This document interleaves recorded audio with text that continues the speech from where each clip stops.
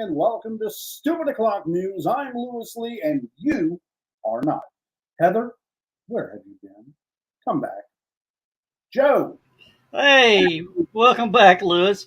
Thought we'd give everybody a surprise. Glad to have you back with us. Oh, bringing everybody in. John and you'll be back. Bill yes. and I do miss Heather. Yes. And Skunk. And Skunk. And Skunk. Skunk, yeah. He's in my. We're gonna have to go looking for him. Yeah. As you notice, we are Facebook free except for Dan's channel. I'm amazed that they let you get away with that. But the thing is, I sort of got my hand slapped and got 30 days off from broadcasting on on Facebook because I posted 5 years ago, back when they were talking about sugar mamas and sugar daddies. I said, everybody's looking for a sugar mama or a sugar daddy. I want a sugar granny. Think about it.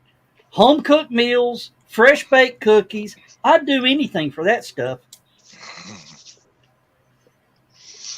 And evidently that goes against the community standards of Facebook. That's because Facebook's run by a bunch of young people that don't know no better. No, it's because Facebook is run by a bunch of bots that don't know anything. Hey, a bunch of young bots. I guarantee you, if I reported whoever that is, reported me for that to their grandma, I guarantee you their grandma will straighten that shit out. I was reading something the other day. Grandma would be sending them out to cut their own switch and bring it back to the house, and it better be a good one. Otherwise, you're going to have to do it again. I was reading something the other day where this girl was harping on this page. She was talking about how if a guy says he's going to take you out to eat, all he does is take you to Red Lobster, he ain't worth it. And somebody says, if your relationship is based on how nice a restaurant the guy takes you to, says you need to rethink your relationship values. And at the very bottom, this 93-year-old woman posted, says, I would suck a for the Red Lobster and the biscuits. Yeah. Hey, Rich. Welcome to the show. Hey, Carl. Hey, Rich. And Carl, thanks for sharing. Rich sent me a friend request earlier today, and I haven't responded to it yet. I'm sorry, Rich. It's sciatica is doing a number on me today, and I have not had a pain-free moment all day. So I'm sorry. I will get to it as soon as I possibly can. You said you Freudian slipped and said you haven't had a prank-free moment. Yeah, well. Yeah. But yeah. Love you, Dan. Yes, there are laws against that kind of love in several states in the union. Especially Georgia, from what I heard. Yeah, really. That doesn't matter. They still do it anyway, and I stand proudly in support of them. So there we go. Damn, Tito Ortiz got blocked that quick. Wow. Well, of What course, did Tito do? uh, I wasn't looking. Me neither. Yeah, really. I didn't even see what he said. Okay, well. yeah. Yeah. Well, what he was talking about sort of reminded me of something that happened yesterday. I finally fixed the vent fan in the bathroom and got it to actually venting completely outside. Did some early morning business today, and the city sewer department showed up looking for the leak. Taco Bell got a lot to answer for. Hashtag Joe did some early morning business today. Yeah. Oh, I think we all do that, don't we? Yeah. We were talking about pre-show about my idiot doctor that I got. And one of his questions he asked me was, "Are you constipated all the time?" No. No. Nope. That one, I believe we can draw a line through that one. I said no. He goes, "Really?" I'm going, "Yeah, no." And he turned and looked at Donna, and Donna goes, "Trust me, he's not constipated." Or the He goes, opposite. Yeah. You want a sample for the lab? It's going to take a big bucket. Yeah. Ooh. But yeah, that was the kind of doctor I'm dealing with. Telling me I'm lying to him about pooping. No, folks. Joe Dog does not lie about Walt feces. found us. Oh, well, we have to hide better. I know it. And Well, then, he's a coon hunter, so he'll find you no matter what. He's got those great big bright spotlights. and Chris Walker says the gas would slice through the blockage. Yeah, well, that's how jet engines were invented. Yes. I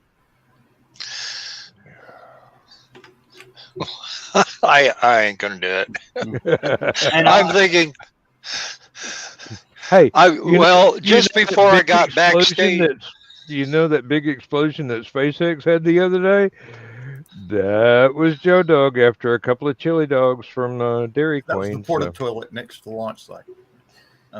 Carl asked, "How did Chris get through Facebook?" He's on Dan's page. Yep. Dan can broadcast to Dan's page, which surprises me. So, and I shared Dan's page to my page. I shared Dan's broadcast on Facebook to my page. So I don't know if that's how Walt. MySpace. MySpace. MySpace. Now, I have scrolled back so far on Facebook, it did log me into MySpace. Oh my God. You got to reach the very bottom of the page for that to happen. It's like, excuse me, the Wayback Machine has recommended this site. And also I learned something about Facebook ads. They suck? Yeah. When you click them, when you click, the report or whatever, click already purchased. Oh, okay. You'll never see it again, huh? Yeah. It takes it. Does that work on politicians? I mean... Yes, they're all already purchased. Seriously, they've already been purchased. I mean, seriously. Yeah. Carl, I don't think the doctor was that polite, actually. There were no asterisks involved.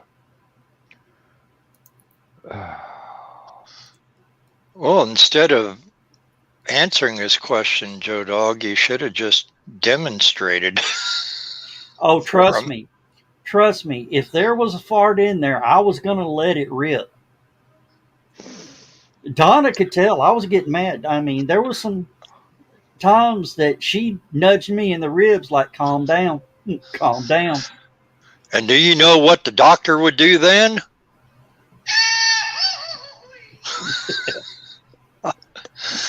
I'm like a cat with a new toy.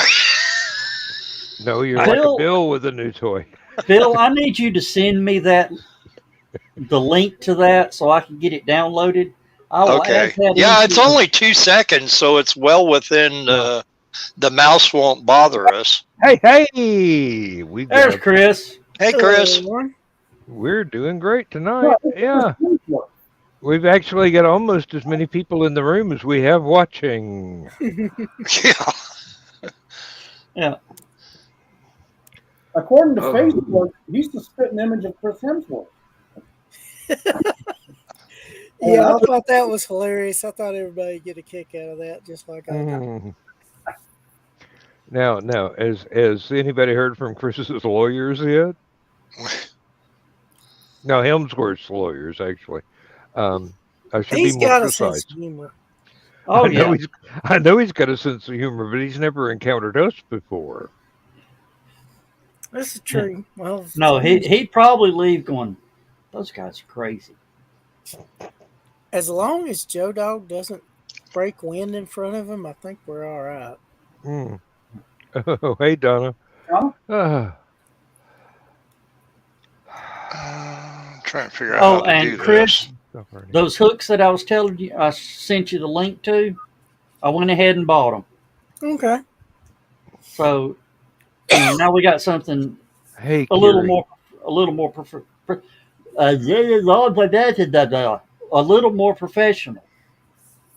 And efficient. Hey, Gary. Oh. Hello, Jerry. Hi, Carrie. And hello, Donna. Well, Oh. yeah, that's surprising how, Carl. Yeah. I mean, Donna's usually in a different room. Yeah. I mean, She's not installing a bar in the bathroom, is she? No. Donna, I missed you and Carl last night, but I didn't realize someone who I had blocked for acting despicable to one of our own was in the green room last night. And I found out that if you block somebody and they get into a Facebook room, you can't get into the Facebook room. Or if I would have got in there first, they would have been blocked out. They would have been blocked out, yeah. And I wouldn't know how to unblock them anyway, but there's no way I'm going to unblock them. Yeah. And then we heard something very similar happen to the same person again a few nights ago, and I searched to make sure that I was not friends with this person because I thought if I did, they're going bye-bye. I don't put up with that. What was I gonna? Shoot. Trying to. I forgot what I was gonna say now. Damn it. yeah, Joe's got a restraining order on sanity. We've come to grips with that. Yeah. I know. I started talking serious. I remember what it was when Chris talked about installing the bar in the shower or bathtub. Oh yeah. I said that looks like Aunt Donna. Carl goes, I'm just scrolling right by this one, and I replied, wise man. Carl's a smart man. I respect him. And Carl says, yeah. It's an order of protection. Yeah, a restraining order, yeah. And that's fine. There'll be other nights, but Yep. These things, they happen. Well, Lewis, I am glad you're back tonight. Hope you've been well. I'm sure you've been busy. I have been pretty busy, but I've been tired a lot lately, so I definitely don't make the Saturdays very often. I'll jump in every now and then on a Thursday. But. Well, the world went back, came the world came back to life, and you got busy. Yeah. Hmm. So that's sort of what the show was when we had nothing else to do. Yeah. I mean, that's This how is true. Yeah. Yep. The world Oh. came to a screeching halt, and we started to kickstart it. Yeah. Also, Lewis, if you want to put this on your calendar, August 21st. Is that right, Chris? Yes. 2 p.m. down at the hotel. We're having a staff meeting if you want to stop by. Okay. Oh. Well, how many people successfully got their LibertyCon memberships today? I did. Me. It took me a while, Yeah. but I finally managed it. And once I figured out it was trying to bill me for two children as well as two adults, I had to go back all the way to the beginning and start all over again, because basically my children are in their 40s and 50s, well, some of them are in their 30s, but I don't think that counts under the official LibertyCon definition of children's badges. And so, Hey, I just want to thank all the people that helped event and raise $3,000 in an hour. oh yeah, No, they it's certainly 3 got hours $8 before from the me. final, so. Yep. Kiri, I was actually talking about my kids, not you, unless you want to be adopted, in which case, just ask my wife and we'll take care of that, and we'd be proud. And they fill out the paperwork. Yeah, they'll let you sit out there with the feral cats and the coons and the possums and all the critters. And all the couch you need to sleep on, and Lindsay's home cooked meals. I started to say at the very least he had a porch that was screened in. Yeah, I mean seriously. You get it? Yeah, I got it. Thanks. Okay, all right. I just make sure. Hello, Sarah. She found it. My access is denied, Bill. Oh, it is. Oh. Yeah. Okay, so let me try a different one. All right. What's for his access powers? I sent a request. McDonald's closed all their restaurants in Russia. Yeah. Russia took them over and now state-owned and started their own version of McDonald's. They've had to take French fries off the menu because no one will sell French fries to Russia now. I thought Russia could grow potatoes. No, apparently they drink their potatoes. They have much better use for them than slicing them up and frying them. Yes, and that's why you have the Egg McLennan. So, what is it called now, McComrade? No, it's got some stupid name. Me Too or something. Yeah, it's Me We or something. But let me see. Me. Yeah, I've heard that one before. Yes. I got it on my phone, but I've never posted on it. I'll look at his stuff every now and then because he's no longer on Facebook. I'm trying to find the name of it here. Who did you say, Lewis? Bobby. Oh, come on, Carl. That's a German accent. I can tell. In Russia, the Egg McMuffin eats Bobby. you. Bobby it's Carebound photographer. Oh, Bob Eden's, yeah. Yeah. The restaurant. See if I can do this. It's called Vushno and Takna, which translates to tasty and that's it. That's what they call the restaurant. It's tasty and that's it. That's almost for McDonald's. Name. That's false advertising.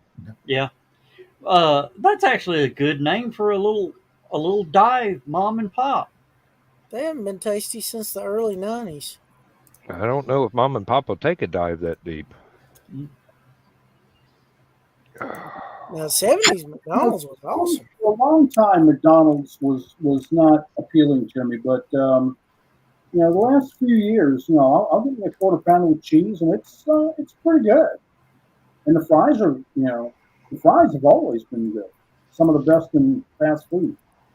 I will not patronize a local McDonald's. If I go out of town, I will, but I will not patronize a local McDonald's. I will not patronize any McDonald's anywhere now that they have switched to the kiosk ordering and fired all the people behind the counters. Well, see, I won't even go through the drive. I won't even go through the drive-through anymore. Nope. There's only two things I like at McDonald's. Their regular hamburger, just the plain cheapo hamburger, and their chicken biscuits. Mm. Hey, their coffee always tastes burnt. So. I used to stop there on my way to work, day shift or night shift, several times a week, and I would get what I liked. But as soon as they started firing their help and replacing them with kiosks, I said, nope, not going to get any more of my money. Walter Flack, Lewis, you need to read this one.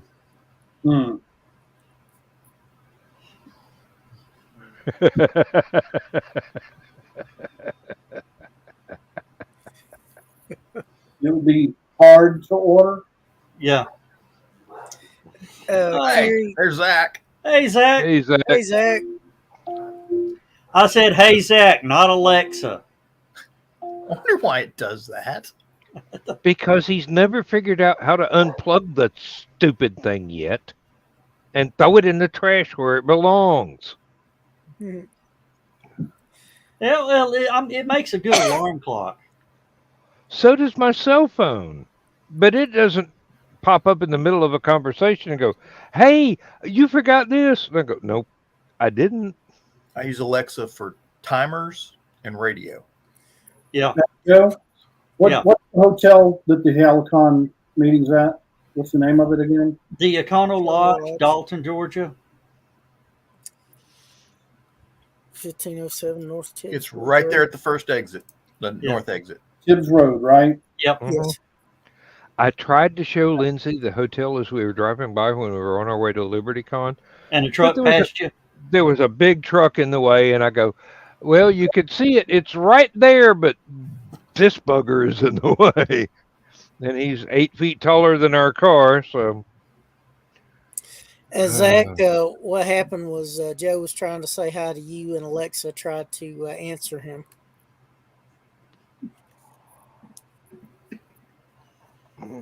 Oh. He said, hi, Zach. And for some reason, Awesome. Alexa thought he said Alexa. And I know, I think the 17th. Computer. Oh, the 19th, we're going to be in Atlanta at a Lumineers concert. Oh, wow. That actually sounds good. September 16th, we're going to be in Nashville at a Killers concert. Yeah. Let me do this real quick since Zach's here. Pay attention, Lewis. This is what happens when you test more than you should.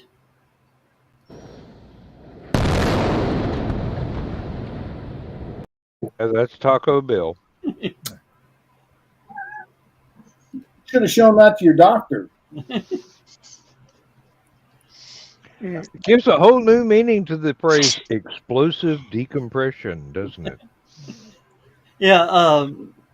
I guess they decided to take care of some morning business. According to what they said, Head for the border has a whole new meaning. They were going to do everything but light. They were spinning up 33 Raptor engines with methane and oxygen and not going to light it. So there was no need to send out any overpressure notice since they weren't going to ignite anything. Oops. Oh, Yeah, Elon's tweet is, "We won't do that one again." That's going to leave a mark. Yeah. That'll set them back, what, 4 or 5 days? 4 or 5 hours. Yeah, And- it's A week and a half, actually. Oh, man. put that one up, Joe. I find it amazing that they can do in 2 weeks what it takes NASA 2 years to do. 2 decades. Yeah. Mm. Yeah, Zach says his rocket chaser was setting up to live stream and they missed it by 4 minutes. He said he got hit by the shockwave. He said the wave was way worse than the sound. Wow. So, yeah, they rolled it back and they're going to just change out a few engines and send her back out. Just put a scratch. It'll buff 5 out. miles away. It'll buff out. What's wrong? Yeah, if that was just a hit, that wasn't even a burp. That was a hiccup. Yeah. Could you imagine when they light all 33 of them little rascals? So what happened to cause the explosion? I mean, They don't know, or they're not. They're not saying if they know or if they don't. I believe the methane got invented and Smoking lamp was not lit. Something there was Okay, no Navy guys. All right, on a Navy ship, you'll hear the announcement. Smoking lamp is lit. That means it's okay to go out on the fantail and light one up. Yeah, there was a guy in the porta potty that had a urge to fire one up, and he fired more than one up. I told Joe Thursday there was a guy named Carl who was out there smoking when they decided to run the methane. What I'm thinking is Carl was the first SpaceX employee to Mars. Oh, right behind that manhole cover, wasn't it? Hey, Oh, okay. Somebody may have added some methane of their own. That means keep Joe Dog away from launch site. Yeah. Zach, here's what I'm going to tell you. Somebody left a fan on, a blower fan or something like that. And that's what happened. You all right, Lewis? Yeah, I'm all right. Water went down wrong. we have that effect on people. Usually Donna, but you know. Takes a while to recover after you got strangled. Yeah, Zach says, he would not want to be at the launch site. Zach, I scrolled back to the incident time on Lab Padre's multicam. Sort of like the multipass, but the multicam. And when it went off, you could see people literally running to the gate to look at the launch site. 420. Yeah, it was. It was 4:20 when it went off. That explains a lot right there. Yeah, somebody lit one up in the area. But Elon, the smoking area is there for a purpose. Paul Fatty on live podcast. And then after a bunch, you saw the workers run out to see, oh dear God, have we got to build another one? Or there was 2 guys running to trucks. And one of them, when he grabbed the door handle of the truck, it came open. And before he could get stopped and turn around to hop in, he was at the front of the truck. And ran back, and they tore out of the parking lot, headed in that direction. I'm thinking they probably were headed into the neighborhood in behind there. But that's what I saw. Hello, Ryan. Glad you got to. Hey, Ryan. I've heard good things about it. Joe Dog, I didn't see anything from you as far as a request or whatever. I didn't know where you sent that. It said request permission, so I sent a request for permission. Oh. Yeah, well, we got a request for permission. Oh yeah. Permission. Oh, yeah. Lewis, can you get a It closer was a view of that? typo. I mean, we got Ryan instead of whatever it was that Joe Dog was trying to do. Yeah. Hey, Yeah, check out Lewis's new door to his office. Nice. Salvage Oh door. wow. Hold on, let me bring you up full screen there. Yeah. It's a salvage door. We got it at one of the salvage places here in town. It's actually a metal door, and I took it down to bare metal, primed it with some brown primer, and then used some coffee-colored gel stain. And gel stain is like really thick, like you haven't changed the oil in your car in several years. That thick. And you paint that on the metal, and then you drag this tool called a graining tool through it, and it puts this faux wood grain in this thick stain. And then after that dries, then you can put another color of stain on top of that to give it a little depth of color. You really can't see it in this picture, but It looks like wood. it looks, I mean, if you don't touch it and feel the cold metal, you'd swear it was a real wood door. And then I've got a letter slot that I ordered off of Etsy for like $30. So I'll put a letter slot in there. I wanted it to look like an old private eye door from the 40s. It does. It looks it. Yeah. It looks great. I got the frosted glass sticker done at Sinorama in Eastridge. They were real helpful in getting that done. I'm very surprised it doesn't have any of the wordage from Maltese Falcon on there. Oh, funny you should say Maltese Falcon.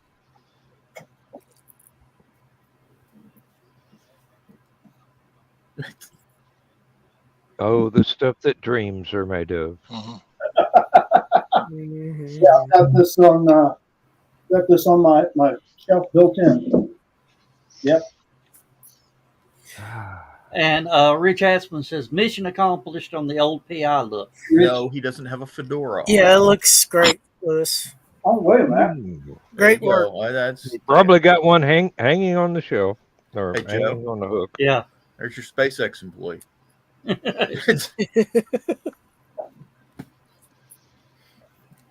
Multitasking. Yep. I love it. Nice. Complete with a real press card. That's from Lee County, Florida. Now, that wouldn't happen to have been a prop from a movie that just sort of accidentally forgot to be turned in. No, they actually got that one back. But yeah, pretty close, huh? Yeah. One that I wore in 42. But this one's a little cheap costume one. Yeah. It's stiff. The brim won't even go down. I've tried to make it. I guess if I wet it and then forced it down, it would be Is dry. it felt? Yeah, it's felt, but Steam on your iron? but not while I'm wearing it, right? Yeah. Yeah, it kind whatever of fog turns up you your on. glasses, something fierce. Oh, I'll kind of look like Two-Face. Oh. No, it's I still wants to grant access to me, Bill. Okay, so what I did was I just Googled goofy holler sound effect, and then there's one where it's not a video or anything, but it's just the sound effect that's 2 seconds long, and you can download it to your drive. So I'm trying to find where I found that, and I would just tell you to download it yourself because I don't have your email to download it that way, and it may end up doing the same thing there as I did in Messenger. So Okay. Before I forget, before midnight, Yeah. the lovely Phoebe Cates turned 59 today. wow. Art piece there. Mm. She's Her still coming out of the pool is one of the most pause moments in movie history. Oh yeah. There's one of in Sheena of the Jungle that's probably paused more, but I said one of. I qualified Teddy it. Roberts. Give me a break. That too. First time I ever saw Phoebe Cates was in Fast Times at Ridgemont High. That's what I'm talking about when she was coming out. Yeah. Mhm. And you hear the Cars song moving in stereo. That wasn't it. Bill, Hmm. behave. I just said moving in stereo. Doesn't mean we got to hear Goofy twice. They're supposed to be side by side, not one after the other. Oh, I think Joe Dog just found it on his end. He's smiling. One. What Oh, made, and I spoke to Thessaly today on Messenger, and she's doing okay, and everything is. She wants to start a new story. Is the last thing that we were talking about. I told her to go for it. So, hey, best of luck, and don't let anything stand in your way. We didn't talk about us, so she didn't get a chance to say hi, guys, or anything. But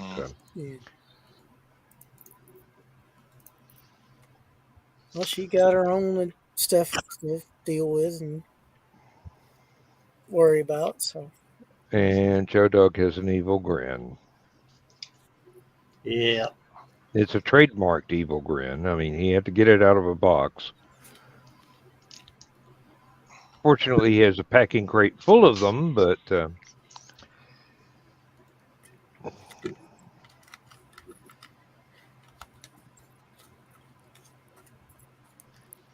just preparing for something.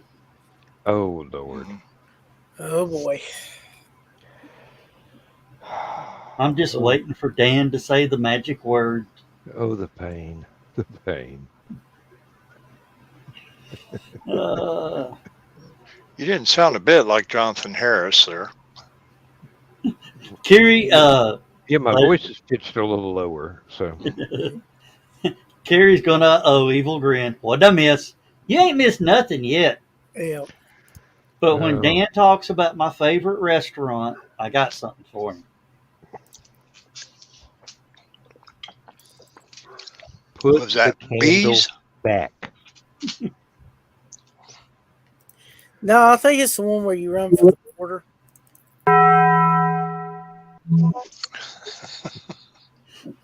Oh, have y'all seen that video where this guy is sitting there and he puffs up his arm and he knocks it and it goes clank, clank, clank. And there's this big fat guy next going, and it went. Yeah, that's a shorter version than the Undertaker's intro. Oh, I'm gonna have fun with this. I'm sure. We can now have sound effects. Mm-hmm. That's why I say we'll be like morning AM radio. So are you going to get the one with the ventriloquist character named after a Southern food staple? You know, the one where it goes, meow. Oh, yeah. I love the way Spenguli does all the sound effects when he's getting ready. Which, by the way, they had the Ghost and Mr. Chicken tonight with Don Knotts. Oh, yeah, I missed that. Oh, yeah. Didn't they have the reluctant astronaut the other night? Not on Spenguli, because that wouldn't be kind of horror related. But no, but we talked about that the other night. Yeah, we did talk about it. Way to go, Walter, or something like that. Attaboy, Luther. Attaboy, Luther. Yeah. That would be from the Ghost and Mr. Chicken. I love the part where they're trying to figure out he's talking in the newsroom. Luther's down in the basement setting the type because that, he was a typesetter was all he, and the janitor would always try to influence Luther to do more and say, well, do the story on your own. And they're saying, we need to get somebody to go in the murder house and spend the night in the murder house on the anniversary, but who could we get? And all of a sudden the janitor opens the door and sticks his head down the stairs. Are you okay down there, Luther? Yeah, I'm okay. Hey, let's get Luther to go spend the night in the murder house.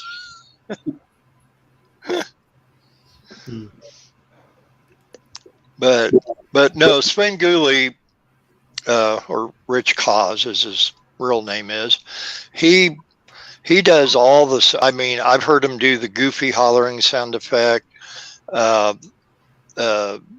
various sound effects from The Simpsons and Animaniacs, a little bit of everything. And they have them all set up, and they which of course I know they plan theirs out ahead of time, for the broadcast, but it's wonderful though. One of my favorite sound effect guys is Michael Winslow. Oh yeah. Oh yeah, did his own. Yep, the one that played Monsignor Larvell Jones. Hey, now have you ever heard him do Led Zeppelin? Yes. Mm-hmm. That was fully impressive. Was that on a Tonight Show or one of the other? I think it was on a Australian talk show, but I'm not positive. Yeah, it wasn't an American show. Oh, okay. First time I ever saw him was in the Cheech and Chong movie, where it's like the dream sequence or whatever, and he's up there dressed up like Hendrix. And he's doing all the guitar sound effects with his mouth, And he's, excuse me while I eat this fly. No. Eat.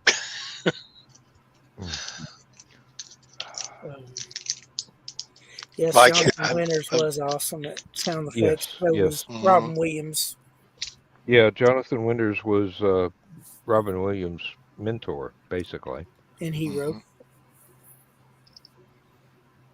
And to see the two of them play off against each other is really amazing, because you've never heard improv like those two could improv.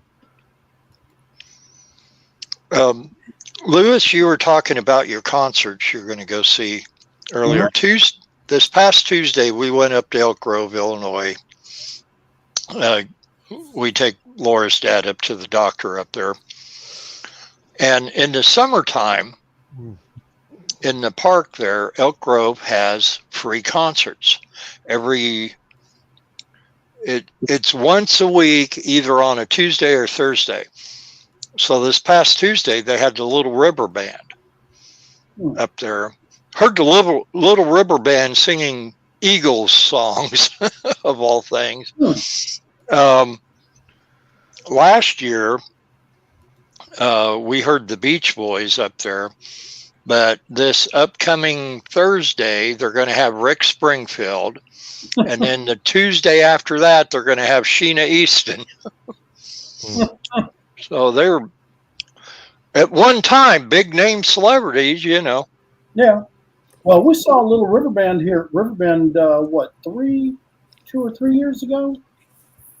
2016, I think. Yeah, it's been like 5 or 6 years ago. Yeah, I think it was 2016 or 2015. No. Yeah. Now, they were at the John Walker Theater a couple weeks ago. Yeah. Last concert I saw there was Earth, Wind, and Fire. Yeah. I would love to see them. I bet that was good. I think that was really good. Earth, Wind, and Fire used to tour with Chicago for a while, and that would have been the ultimate. Yeah. Because at one point, they had both bands on stage playing Earth, Wind, and Fire and Chicago songs. Wow. Well, Earth, That Wind, would've and been- Fire has been touring with Carlos Santana. Of course, he collapsed from heat exhaustion the other day. I know just how he feels. And he was dehydrated as well. They had to take him to the hospital, but hopefully he's recovered by now. The last, I haven't gone to Riverbend since they handed it over to the folks at Handle Bonnaroo, who decided to move it off of their weekend so they didn't have to worry about it cutting into their stuff, raise the ticket prices, and put it on a restricted week. I had to work it this year, because I'm at the radio station, but Yeah. I was really ready to hate it, but it wasn't bad. I mean, it's more geared toward the music now, even though they've got one fewer stage. But it wasn't bad.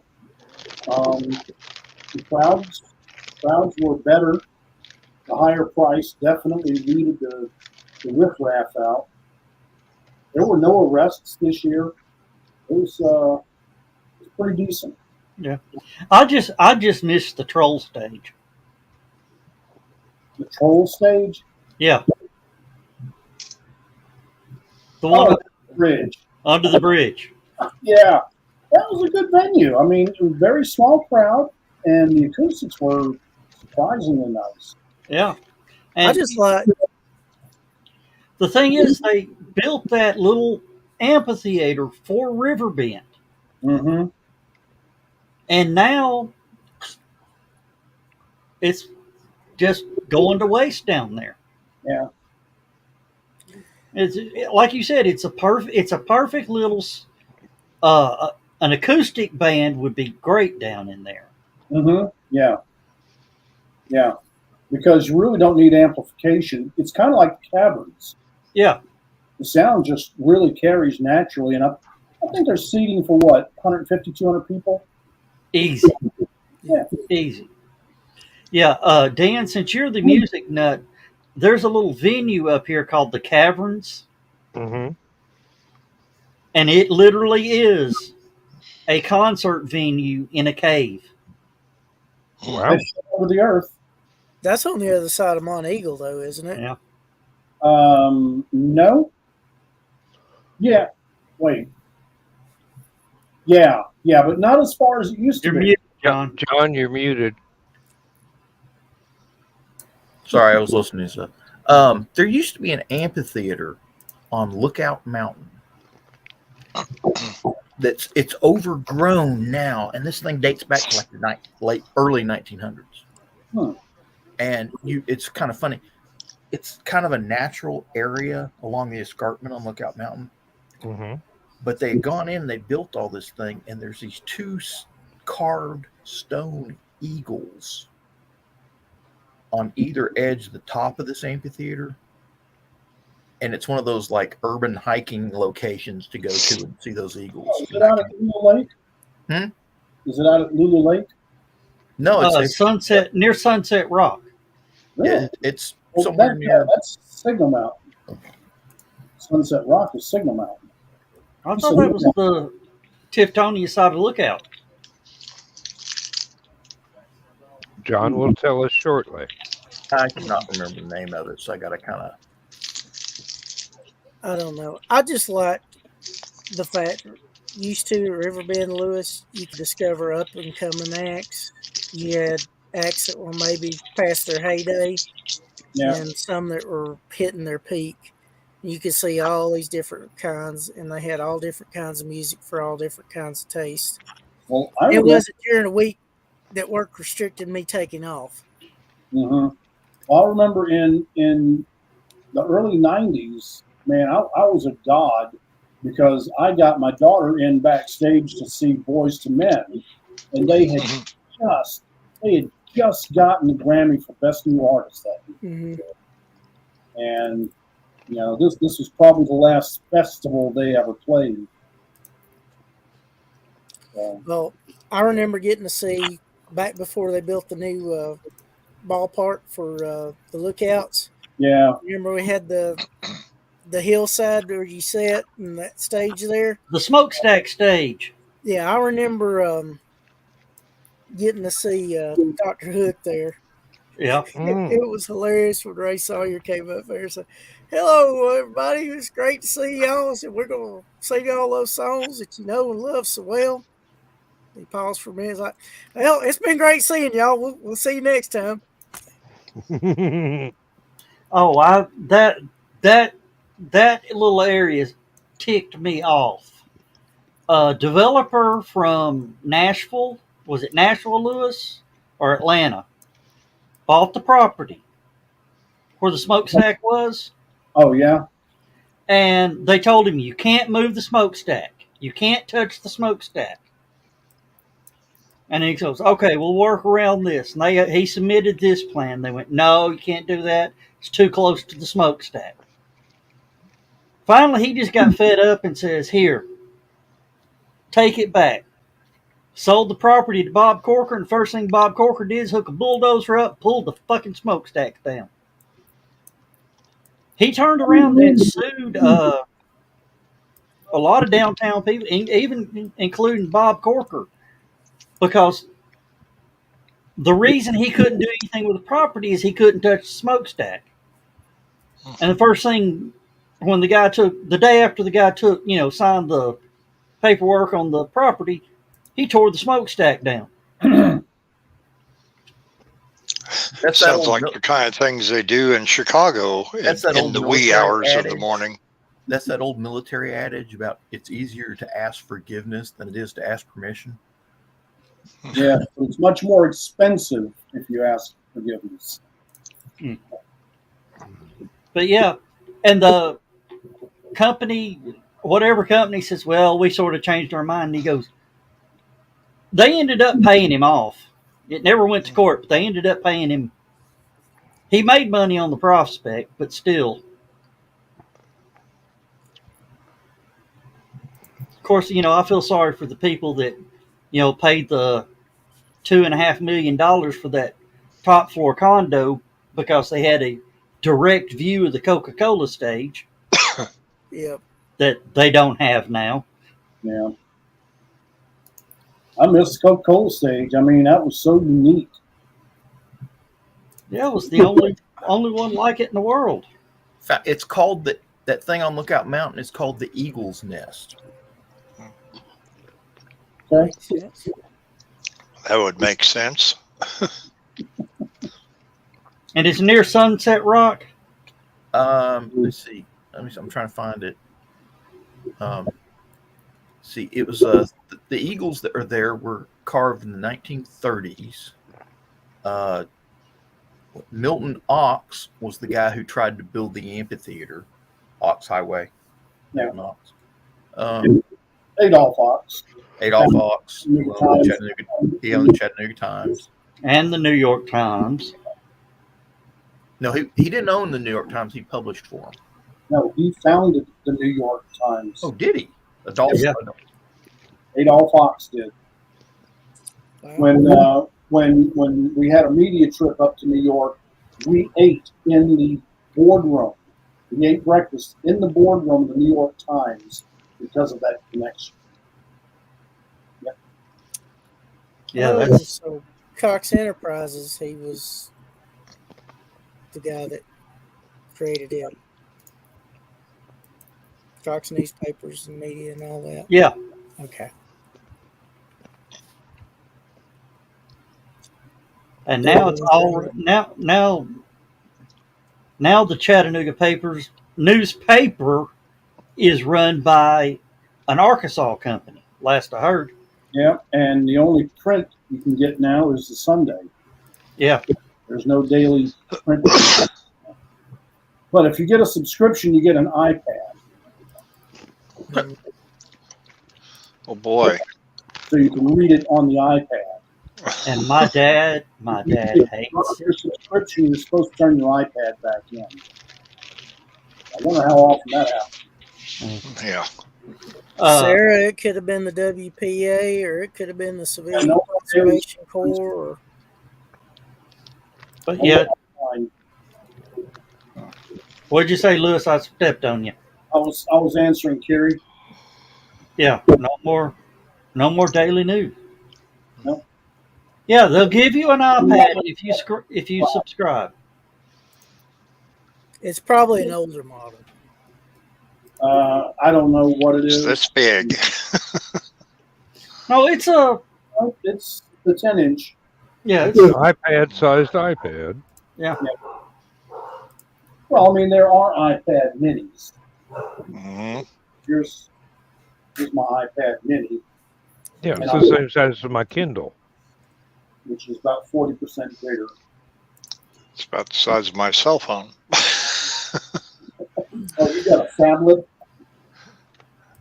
Yeah, Well, that's what I'm. Well, I'm on a tablet. I'm on a Samsung, Galaxy, whatever the heck it is, number now, 10-inch tablet. Yeah, Curiosity wonders if the TFP, which means Tom's Free Press, tracks your activity like Apple does. Yeah, but that's the beauty of it. Apple doesn't track your activity. I mean, you can choose to link Apple products, but they're not selling your information. Oh, and, Lewis. It's real easy to check when you go into your settings. and Yep. for the the Facebook people that are showing up late, I've learned a trick on the Facebook ads. When you scroll down to a Facebook ad, you click on the little X and it pops it up. Click already purchased. Don't click, this, that, or the other. If you click already purchased, it's like, well, no need to try to sell it to him again. He already knows it's garbage. Lewis, did you get to check out that album title that I mentioned the other night? No. That was actually one of those. It's kind of an alternative rock band, and that was their biggest selling album at one point. And they were infamous for having the tall bass player that had the mohawk, and it was a big mohawk. Okay. And their next album had a song that kind of reminded me a little bit of early's Beatles before they kind of hit their psychedelic stage, or maybe right at the beginning of it. But yeah, it was an interesting band. But I always got a kick out of that album title, Gretchen Goes to Nebraska.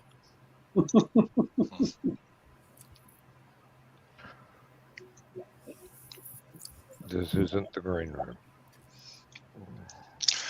I took my Beatles. I got picture sleeves of I Feel Fine, She's a Woman, Yesterday, Act Naturally, and Paperback Writer and Rain. And they make the album frames that you can put albums in that'll fit it just perfectly, which I have all over the place in here. But they also make the ones for the 45s, or though I thought, and it's actually, I thought it was for, you put a picture sleeve on the one corner of it, and then you put the actual 45 RPM record on the other side of it. Went to Hobby Lobby to get them and found out they were for CDs. And it's like, who wants to frame a CD and put it on your wall? That's stupid. So I Googled and went into Amazon and looking, and yeah, you can buy them for the 45s, but they start at $30 a frame and go up. And so Walmart had 8x8 frames. The actual size of a picture sleeve cover is 7x7. And so I just put a black background in them and put them in there and hung them up on the wall with some of my albums. And now I'm because I'm kind of OCD about certain things. It's like, oh, I gotta buy another one because there's 3 up over here and nothing up in this corner.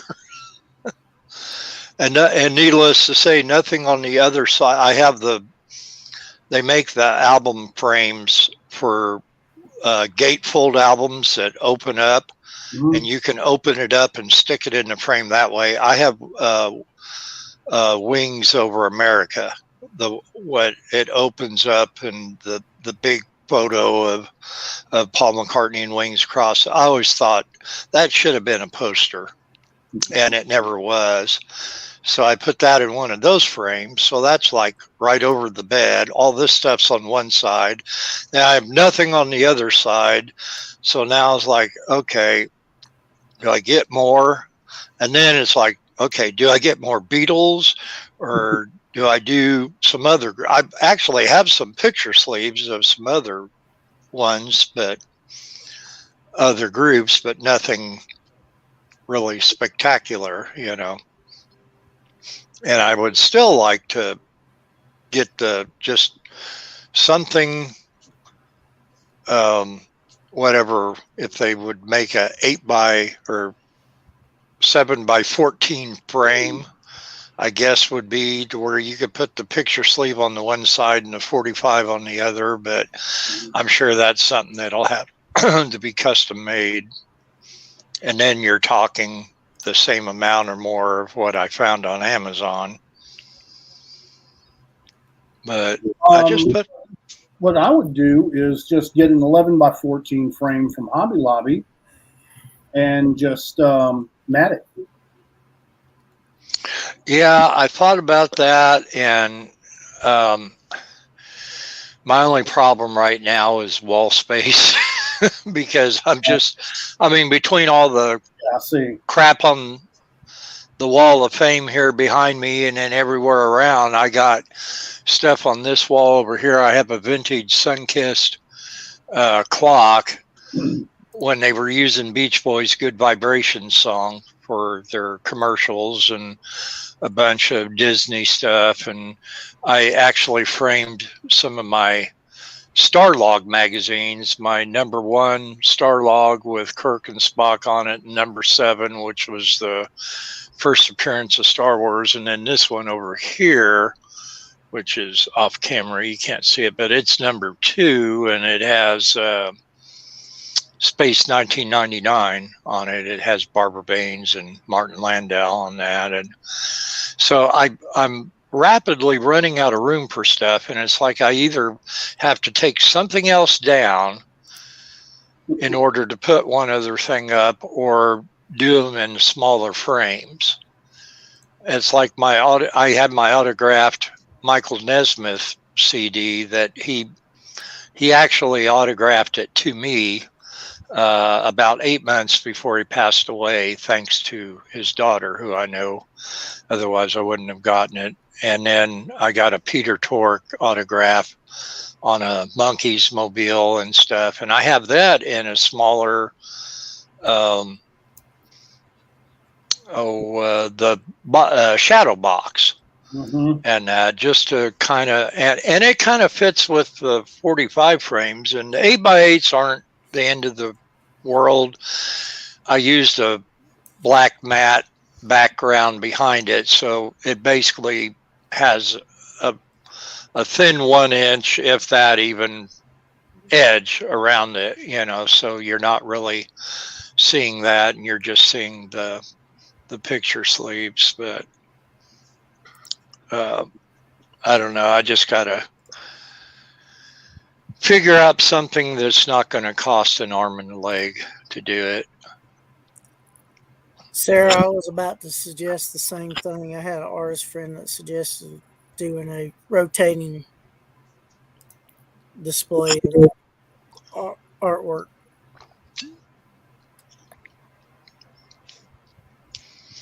Push a button and the walls turn around. No, unfortunately, it's not that high tech. It's just take them down, put them up with something else, and then rotate. It would be like James Bond's revolving license plates on the car. That would involve an awful lot of work.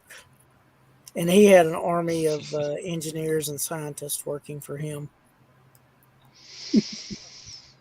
Or more exactly. What, Miss Moneypenny didn't do all that?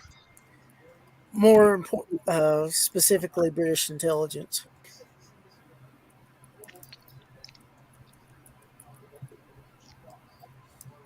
Oh, and I got to see some interesting clips from various James Bond's films because it's the 60th anniversary of them.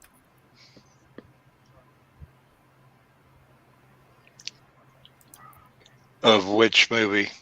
Or do you mean the Just books? of James Bond. Oh, okay.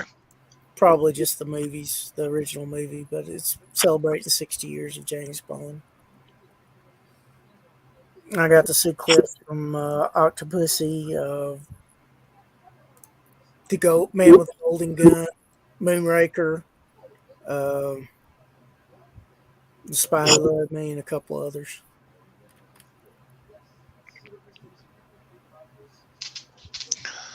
Wasn't that the Carly Simons? Is she the one that sang? She sang "Nobody Does It Better." Yeah, Nobody but I Does think It that Better, was from yeah. The Spy Who Loved Me. Because I think that was in the lyrics, wasn't it? Yeah. Yeah, that's what I thought.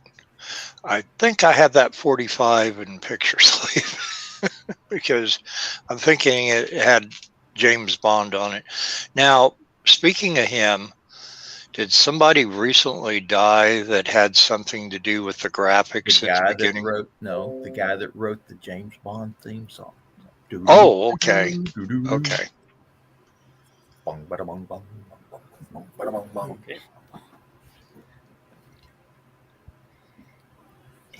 And Sarah is signing off, so have a good night, Sarah.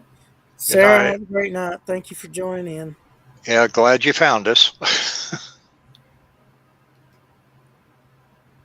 Yeah, Rick says he wants Dan to. Holyfield to the rescue. What did Dan do? He streamed on Facebook. Oh, yeah.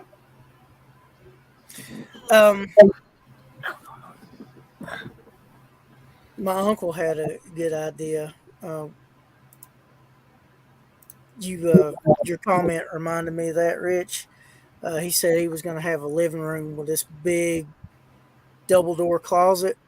He was just going to open it up, have the tree already decorated, and on a platform where he just rolled it out when it came time to bring it out, and then push it back in, lock it away when the holiday season was over with. That sounds like fun. Hey,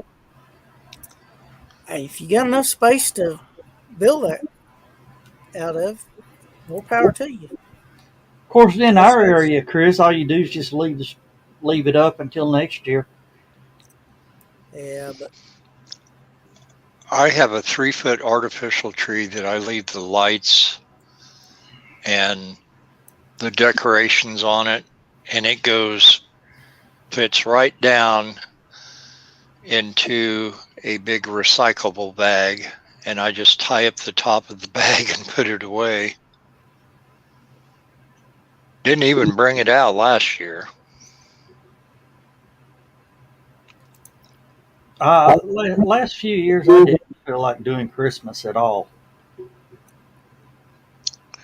don't know what I have these candles, and they're called girly candles. The brand name is GURLY, and they made candles for about every holiday that I could ever think of, and they were really popular from the late 50s through early mid 70s. And so Mom, being had to decorate for every holiday, which was great when we were kids, when me and my brother were kids, and that's fine.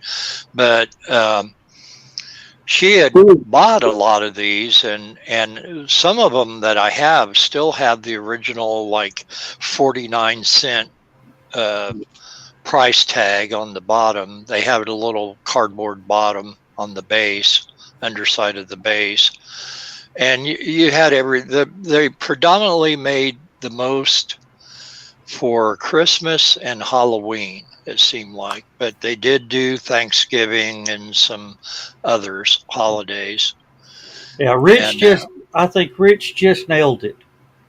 The last 2 years has felt more like Buy Me Crapmas rather than Christmas.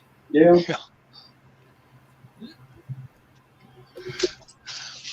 Well, I think the last 2 years of it was literally the nightmares before Christmas, and during Christmas, and after Christmas. And Sorry Yep. about that, guys. Well, our Christmas this year is going to be really, really quiet because we're saving up everything for the cruise after. Yeah. Yeah, you got a big Christmas present coming up after for January. So I don't blame you. 16 days, man. 16 days at sea. That's going to be freaking awesome.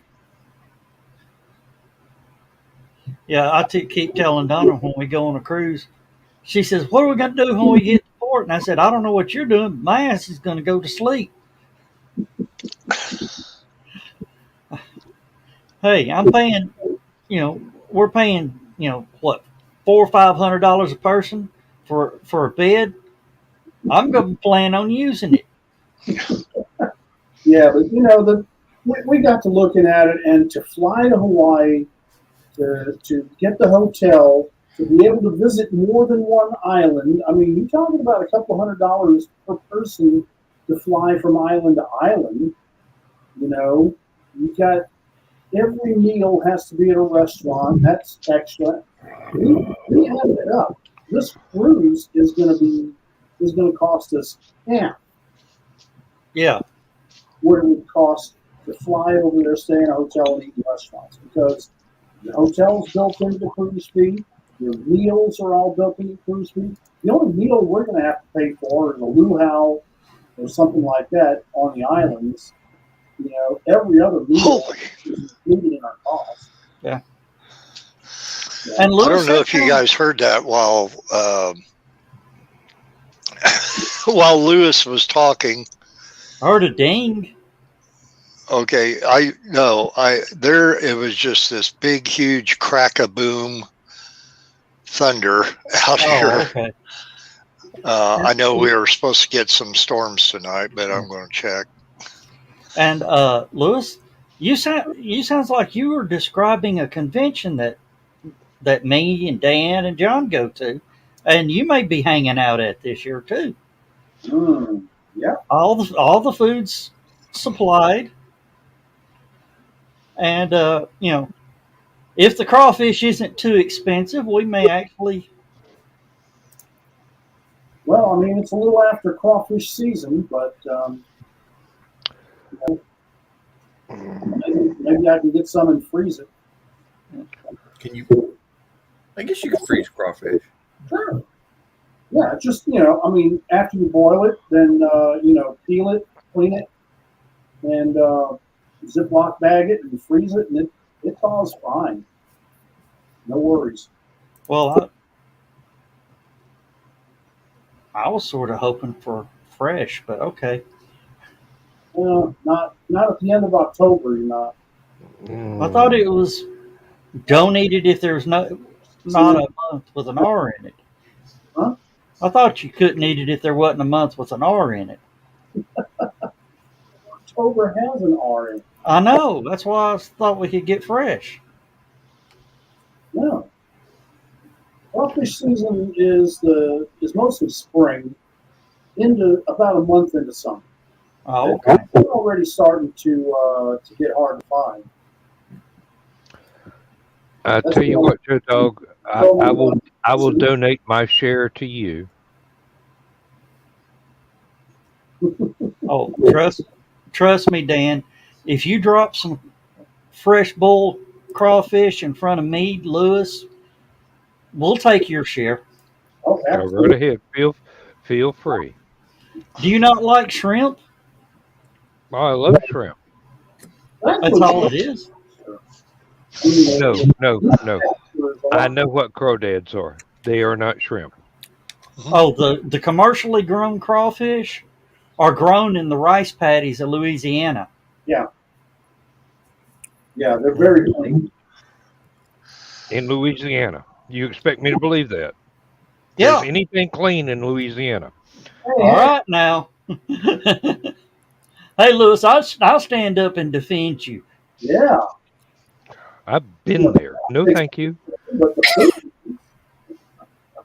Yeah, the rice growers are. When they're not growing rice, they flood the rice paddies and raise crawfish. Yeah. And those crawfish are fed cornmeal. Yeah.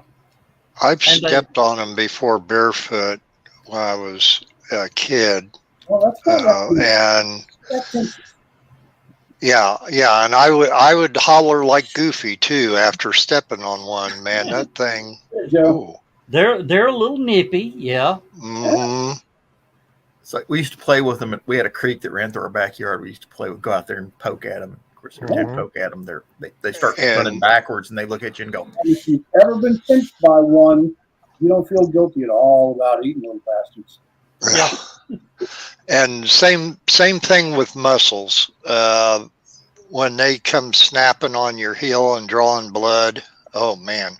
One of the worst beatings I ever got is I took a crayfish, crawdad, we call them, and my sister was bent over looking at some of them in the creek back there, and I attached one of the claws to her shorts right at the hem of the leg, and she lost her mind. Is that the sister that does the videos for the RV? Yep. I subscribed to her channel. I haven't gotten any notifications. Is she not doing those anymore? I think they were having some work done on the RV, but I'm not certain because one of the shows she's house now. One of the shows they're working on is about that dealership that builds those RVs. Okay. Apparently, it's a local company up in Nashville. So. I thought all the RV manufacturers were in Indiana. That's kind of what I thought, but apparently, and they use the Mercedes trucks and school buses too are in Indiana. Well, now Bluebird used to be right down the road here. Yeah, there's big Bluebird ones down in Indiana by Indianapolis. We drive down I-70 down there, and you can see them for miles, all lined up. God is really mad at somebody outside my window right now. It's your window. I know.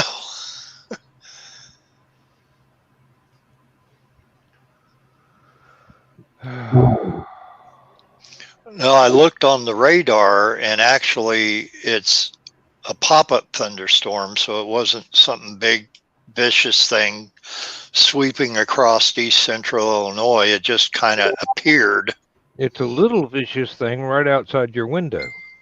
Yeah, it's only about this big, but it sounds really loud. It's like it took a ride in the TARDIS or something, and it just appeared on my end. Yeah. All right, Dan. I'll put a link to one of the crawfish farms down there. The rice farmers have found out it's a way to pretty much double their income. When believe me, they get a lot more per pound crawfish than they do for rice. Yeah, I cannot thank you enough. Yeah, it's. There you go, John. That's got the garbage in it. Yeah. Craw daddy. Hey, potatoes and the pearl onions and the mushroom country boil. That is boiling the crawfish, and they all absorb that spice too. Low country boil. Oh my God. Yeah. That's eating. After you've had corn boiled and Zatarain's crab boiled, baby. Have you ever tried I shared a photo of the birthday lady in the group chat. Have you ever tried the Tabasco brand crab boil? No, they made it. They make. I don't know if they still make it. I haven't seen it in a long time. But it used to come in the bag, the big tea bag you drop in there. and it was a little bit spicier than Zatarans or Old Bay or any of them guys. Yeah, Rich just nailed it. If you're calling crabs, Old Bay is fine. If you want to taste like in Maryland, Zatarans is that quintessential Louisiana place. They hadn't changed in 100 years. Awesome. Yeah, Rich Aspen nailed it. It's more fertilizer for the rice. Yeah.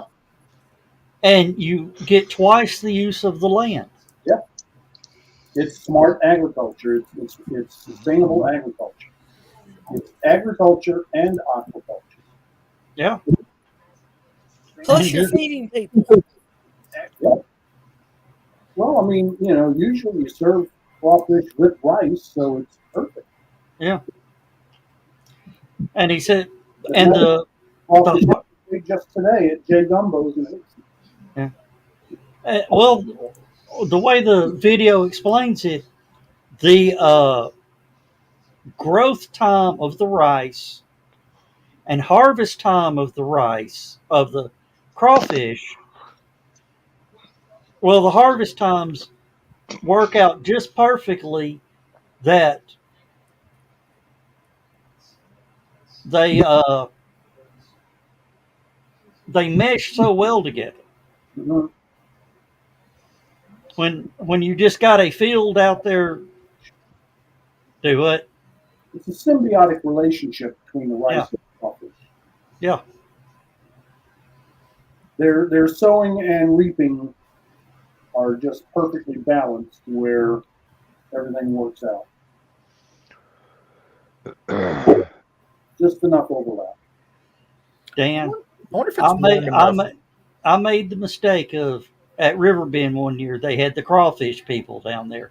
Were you there that year, Lewis? Oh yeah, I've been every year with them.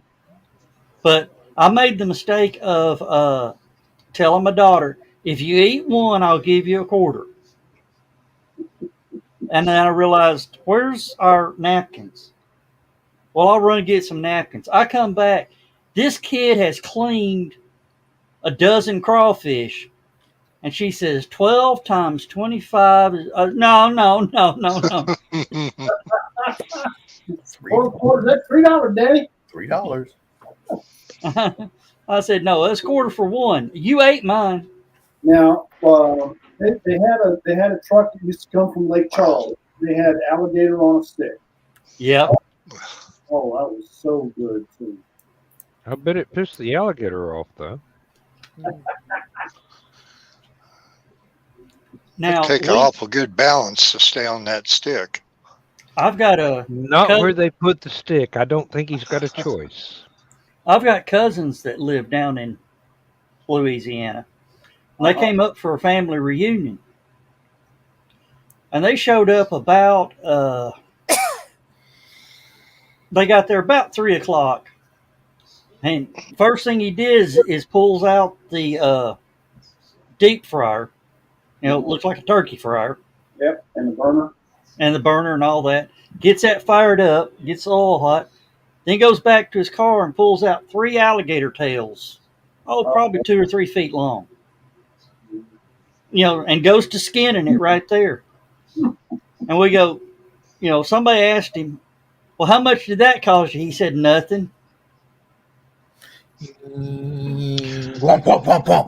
No. See you later, Walligator. I said, well, I had to ask. I said, well, how fresh are they? He said, that son of a bitch was walking around my backyard this morning. Climbing the chain link fence. Now, technically, you need a license, but if the gator don't tell, I ain't saying nothing. Wait a minute. Aren't you allowed to shoot them as a nuisance animal? Them and revenuers, yeah. Changed, but yeah. I remember back in the 80s, they were still endangered, and you couldn't even get a license. They were endangered, protected, and it worked. Yeah. And now they're not. Yeah. Now they're a pair of boots and some fancy luggage. Well, he also has chickens in the backyard too. Ah, well, that's why he At had. which point they're a nuisance animal. Yeah. Yep. Hey, went to visit some friends of my second wife down in Florida. They had an 8-foot tall chain link fence and had a deer rifle by the back door. And I said, y'all get much deer around here? And he goes, no, but we do get alligators trying to climb a damn fence, and I shoot them when they climb the fence. That's trespassing. And I said, okay. And you better hit them in the skull too. Well, if they're climbing on a fence and you got a shot of their underside, if you hit them in the throat, that's the best place because it does the least damage to the carcass. Because that skin is extremely valuable. The alligator hide goes for upwards of $100 a linear foot. So if you've got an 8-foot gator, you can make $500, $600, $700 off of it. If you find someplace you can sell it without the federales finding out, yeah. That reminds me of the Beverly Hillbillies episode that had Julie Newmar in it. And she had this alligator set of luggage. And she came to stay with the Clampetts to learn how to have the country speak. Because she was an actress at Uncle Jed's movie studio. And then Uncle Jed picks up her suitcase to take him upstairs. He says, Granny, what kind of hide do you think this is? Granny felt it and she goes, oh, that's gator. I know that anywhere. And he said, that poor girl got to carry her luggage made out of a varmint like a gator.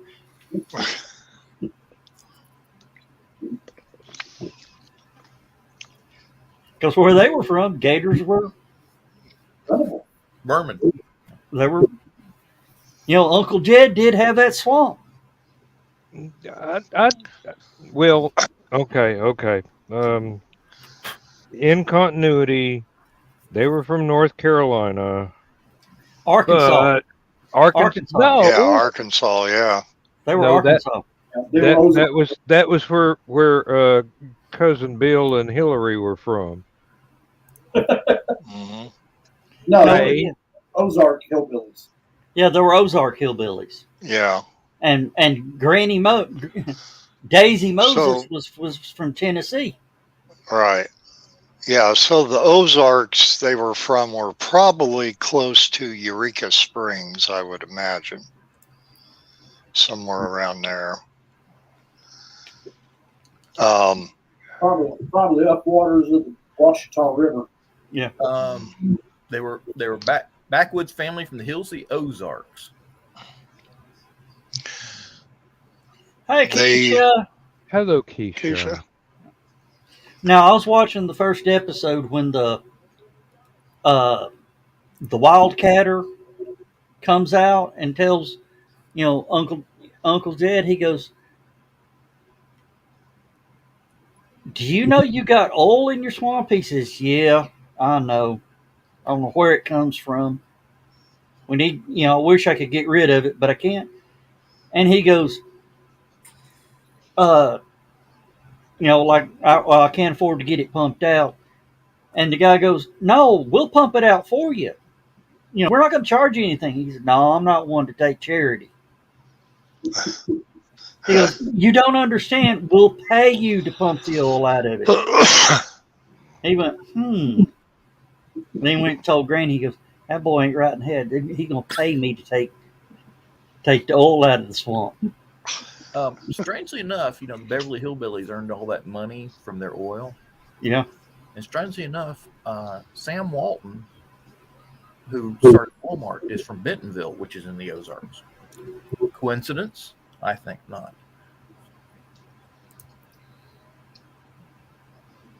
I should not say a word. There's a tie-in for you. Beverly Hillbillies and Walmart. Yeah, that's. I think there's entirely too much grease involved in that fun. It's- He did have a cousin Sam, didn't he? Maybe that was Sam Walton. Cousin Sam opened that 5 and dime store. It'll never go Sam. anywhere. That's You talk about Julie Newmar being on one of the episodes last Sunday on MeTV. They had a monkeys marathon, and they played the episode where Julie Newmar played the owner of a laundromat. And her name was April Conquest, of all things. And of course, she falls in love with all the monkeys for different reasons, and that. And it just wonderful. They're singing the song "The Girl I Knew Somewhere," and while they're doing the little monkeys romp that they always do in all the episodes, and there's one part where they keep flashing back to Mickey dancing with Julie Newmar, and then at the last second, he just jumps out and just grabs her like he's attacking her because she's dressed in this tight sweater and the capri, the Mary Tyler Moore style capri pants and all this stuff. And I think he kind of like couldn't handle himself anymore, or he was making a joke out of acting that way. But either way, it came off looking pretty realistic. Well, I got to say, I do remember Stupefying Jones very well. And if you don't get that reference, I'm sorry, but... And John's looking it up now. I am not. I'm reading the Beverly Hillbillies website. Okay. And, I'm talking about Pluto TV is an app that everybody needs to download because of all the great channels. There's now a 24/7 channel of Stargate. Thankfully, they put Stargate Universe on from 2 to 6 in the morning. That would have been a good show, except for two things. The Colonel has absolutely no charisma or charm whatsoever. And Lou Diamond Phillips was too good at being an asshole in that series. Yeah. Well, the biggest part is there was no comic relief in the show. In SG-1 and Atlantis, they had the comic relief. You could tell the writers were fanboys because they threw in Star Trek, Star Wars, all the things. When one of the best jokes ever is they found a Asgard ship and got it running and working, and Asgard says, "Yeah, you can keep it," or whatever, and they went to attack, and he said, "Well, they nixed my," and then O'Neill comes back, he says, "Well, they nixed my idea," and Carter looks at him, says, "Of course they're not going to name it Enterprise."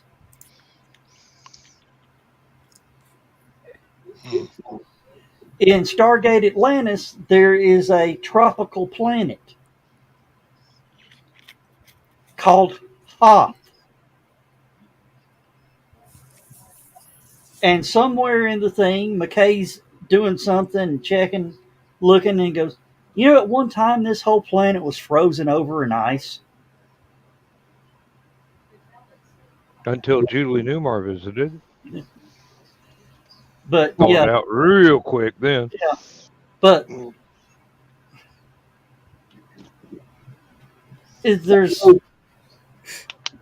and one of the most blatant steals on Stargate Atlantis was there was a I thought I'd already had 4 or 5 beers from this. there was a Janai, a race called the Janai, but their evil faction were called Jedi. Mm. Oh dear. So I mean, it's just. But Pluto TV, a 24/7 Perry Mason channel, 24/7 Dark Shadows. Hey, don't knock the shadows. Did you ever see Stargate SG-1 episode where they had to go back in time to the 60s to fix the Stargate program, to get the Stargate program started? Oh, it was the episode actually is they somehow got thrown back to the 60s and had to.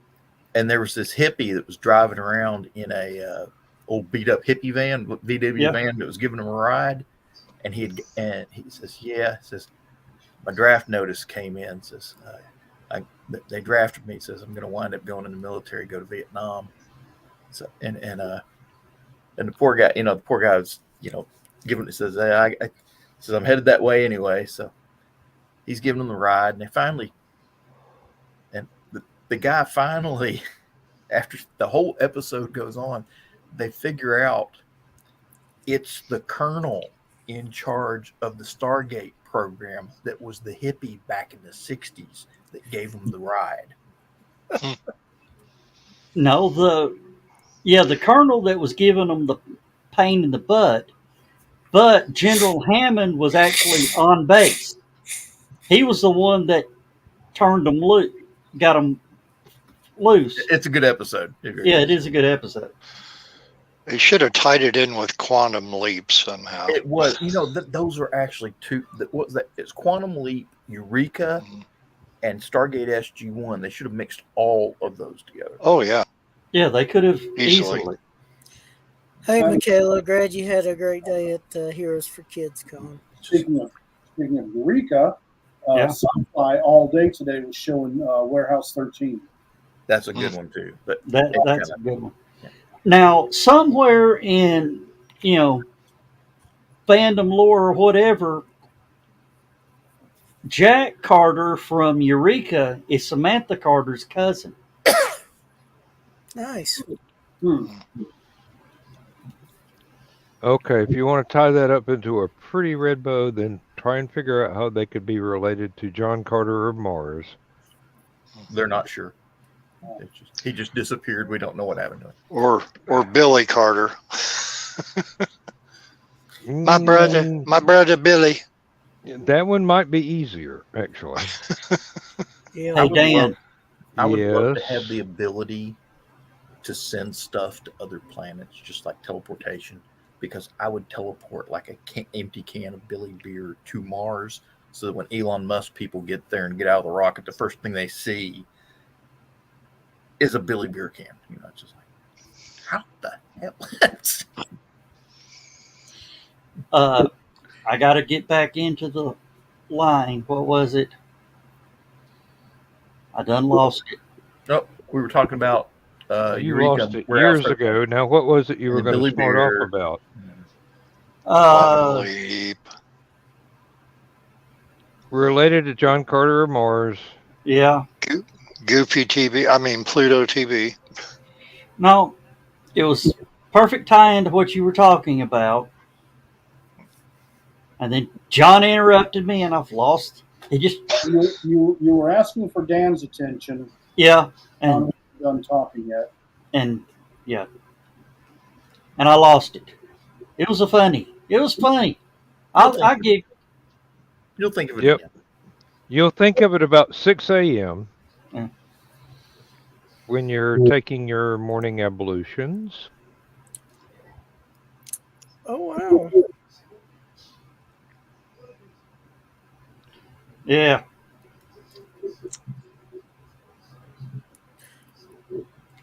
And then, Rich is saying they're rebooting Quantum Leap. Scott Bakula is not involved. No. Then I'm not. Well, and of course Dean Stockwell can't. So, Can't. No, and in which case He has a good excuse. Yeah, in which case they've got absolutely no audience. If Dean's they may as well dearly not. departed, but People, the only two people that were regulars on the show, one's not participating and one's dead. Forget it. No, yeah, no, it's not. He's not participating. He has been removed from the cast. he was involved earlier on, and they said, Yeah. "Bugger off."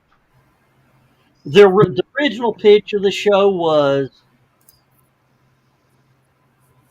of course, Dean. Sam died, or Al Al. dies. Al dies. Somebody else jumps into the accelerator and goes to chasing Sam. And then they were going to use that to pass the torch, but they killed that. Well, they just may as well not even try. Yeah. Sounds Yep, like a well. really wrong premise. If you have something that is that well loved and you screw it up before you ever get to film a single frame, Yeah. you're only going to get people that have never heard of it before. You're not going to get the core audience that you hope for that were big fans back in the day. They're trying to catch the same lightning as Next Generation, and it don't work. Nope. And even Next Gen didn't actually become good until like the third season. Second season, when they grew the beard. It's Right. your opinion. I say third. Second season was Mulder. Did not like her. No. Third season on was fine. Yeah. First season was stumbling around. Second didn't- season, where's the dynamite redhead? You know, You didn't like Gates McFadden? No, yeah, we like yeah. it in the first. Oh, okay. Oh, you're just saying after Diana Mulder took over. Yeah. Yeah. Yeah. Yeah. I feel the same way. Gates McFadden was. That's the interesting. Yeah. That's all I'm going to say. Mulder was one of Gene Roddenberry's regular back in the days, late 60s, early 70s. And she was in a lot of the Gene Roddenberry stuff that was out at the time. I have so much trouble remembering the names of the shows. I was listening to Radio Classics the other day on my way to Nashville, and there was an episode of Have Gun Will Travel. And at the end, they used to announce, who the actors were, who wrote the episode, and all that. And Gene Roddenberry had written the episode. He did a lot of westerns. He wrote a lot of westerns. Yeah. And cop Didn't shows. teach him a damn thing. Oh, yeah. I'm trying to remember what the cop show was he wrote. Or wrote for. I don't know if he actually. He didn't create the show. He wrote for it. Yeah. And I can just about remember the name of it. It was nowhere near on the level of fame as Highway Patrol. Highway Patrol. Yeah. With William Conrad, wasn't it? I believe so.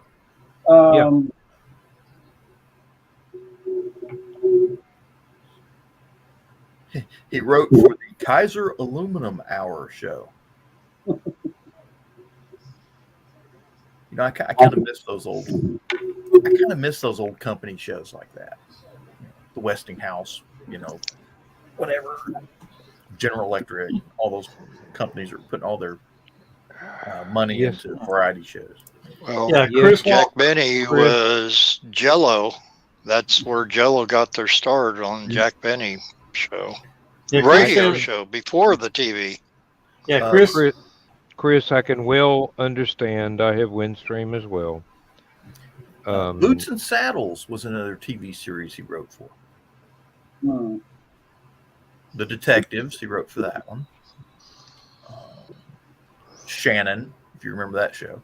I do. Yeah, he was the detective. Wasn't bad. He also wrote for the Alcoa Theater. Apparently, he was addicted to aluminum. Well, aluminum siding was a big thing back then. Well, he also developed the concept of transparent aluminum, which has recently become a real thing. It's just very expensive. Have Gun Will Travel, he wrote several of the episodes. That's what I was listening to on the way to Nashville.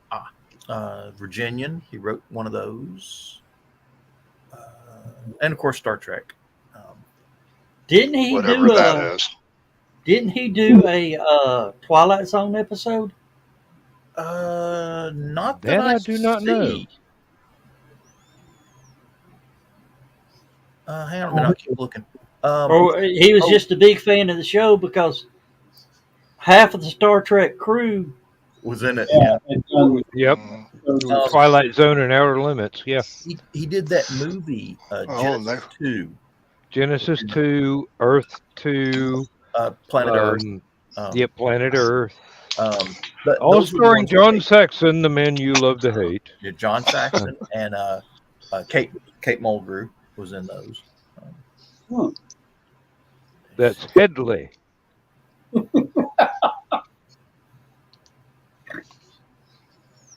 Yes, we owe a great debt to Hedy Lamarr.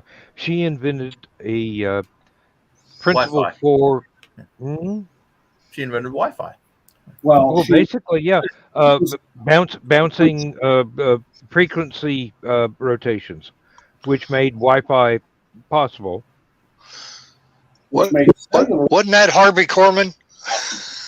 No, that was Headley. Oh, Headley. Okay.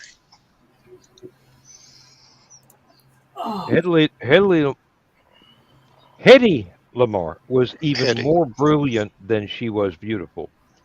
And if you know what she looks like, that may be hard to believe, but she was incredibly intelligent, which I find quite sexy myself. But and who came up with the idea for satellites? Asimov? Arthur C. Clarke. Arthur C. Clarke. Yeah. Mm-hmm. Yep, wrote a paper on it way back when. Geostationary orbit was a great place for satellites to bounce signals around the globe. Who the fuck is Richard Lynch?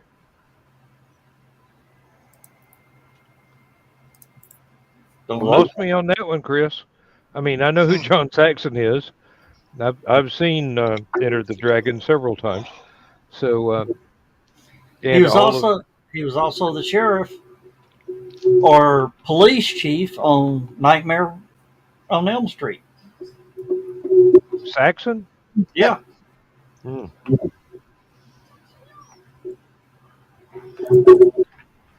And he played the villain, the arch enemy of the $6 Million Man, Massacatron.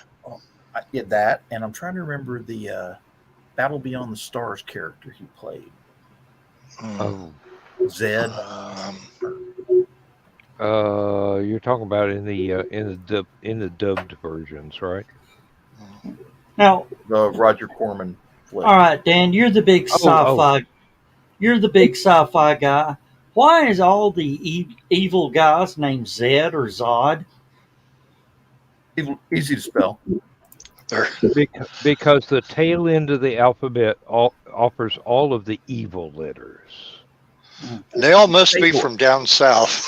He played Sador. My bad.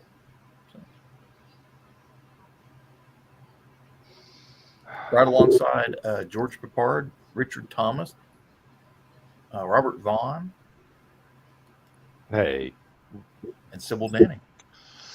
Another show that virtually everybody from Star Trek was on was Perry Mason. This is true. Yes, not only Twilight Zone and Outer Limits, but yes, Perry Mason. Rich Cause actually makes a lot of fun about all the people that were on Perry Mason that are intertwined with each other on other shows. Mm-hmm. DeForest Kelly was on Bonanza a couple of times, as well as he At least. regularly played actors in westerns, TV westerns. So was Nimoy too. Well, yeah, and Played a bad guy. and then what was movie? that Republic serial Nimoy was in as a Martian? It's not one of the Rocket Men, not one of the Rocket Men series. There were three of those, and he wasn't in that. But it was another one, very very similar plot. I've never seen. Well, Joe Dog talking about Pluto TV. I think they've actually showed it on there one time, a long time ago. Hey, yeah. There was one of the Rocketman serials that the Lone Ranger was the bad guy. I mean, not as the Lone Ranger, but the actor who played the Lone Ranger in the TV series was one of the bad guys in one of the Rocketman movie serials. I think it was Radar Men from the Moon, or it wasn't King of the Rocketmen, because that was the third one, and that was just a little bit late. But John Saxon was also in Enter the Dragon. yes, he was. Yes, he was. Now, did Clayton Moore appear in anything after the Lone Ranger without the dark sunglasses or a mask? Not in public. No. Happy Days. I don't know if he did any other roles after that ended, but it's perfectly possible. And actually, at one time, he was forbidden from wearing the mask, which is why he adopted the dark sunglasses. Mm-hmm. And as soon as he adopted the dark sunglasses, Foster Grant signed him for life. Mm-hmm. Yep. That's why always saw him in the dark Foster Grant sunglasses. There was a late 70s episode of Happy Days where it was Fonzie's birthday.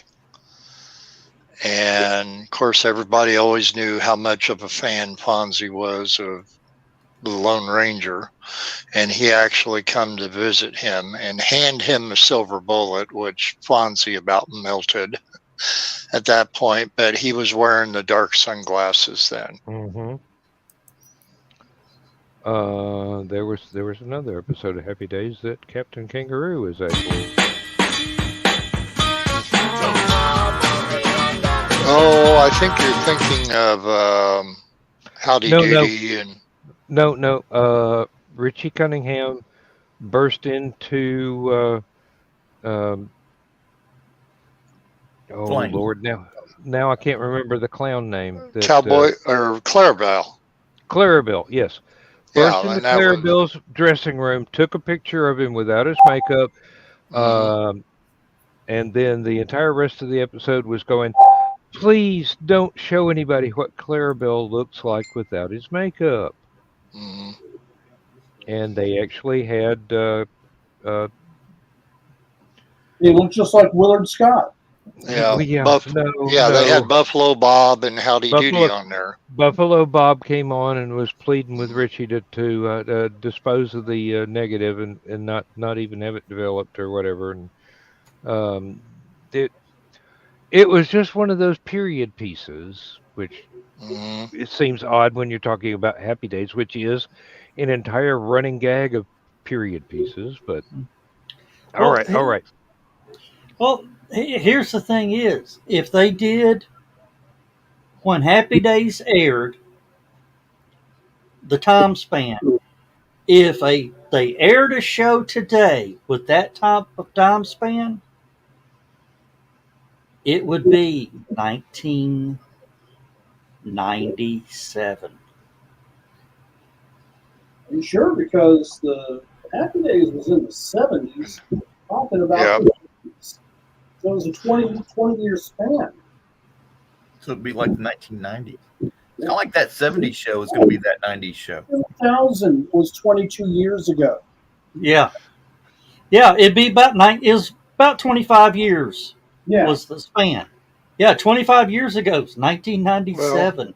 Well, And the Wonder Years that came out in the 90s, or was it 90s? That was about the 60s. Yeah. And then they went into the early 70s. Late 80s, early 90s. Yeah. Now here's something that'll really make you feel bad. The Chevy Cavalier is now an antique auto. No, So it's a Yugo. I actually had one with a sunroof and a 4 on the floor. What'd you say, John? So is the Yugo and the Trabi. Yeah. They were about the same quality, yes. You know, the Yugo, if it had stuck around, they were going to make a bigger version called the Wego. Yeah. Wego. Hey, Lewis, do you know why it had the window defroster, rear window defroster?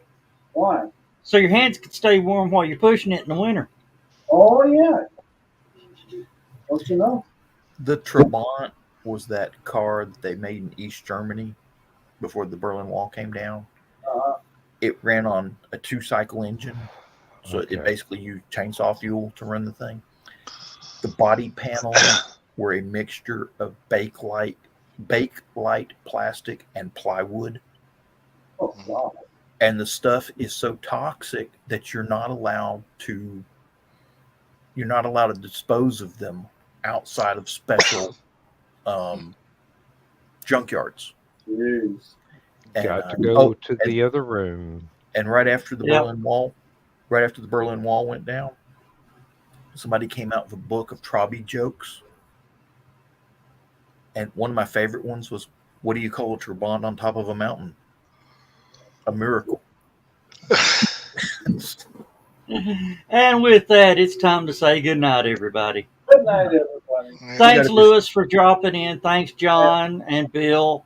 And I see Dan still in the background, so he can wave at me and say when I say thank you. So y'all have a good night. Thanks, everybody. We'll be back Thursday on the YouTube channels and Dan's Facebook channel. Till then, good night, everybody. Bye.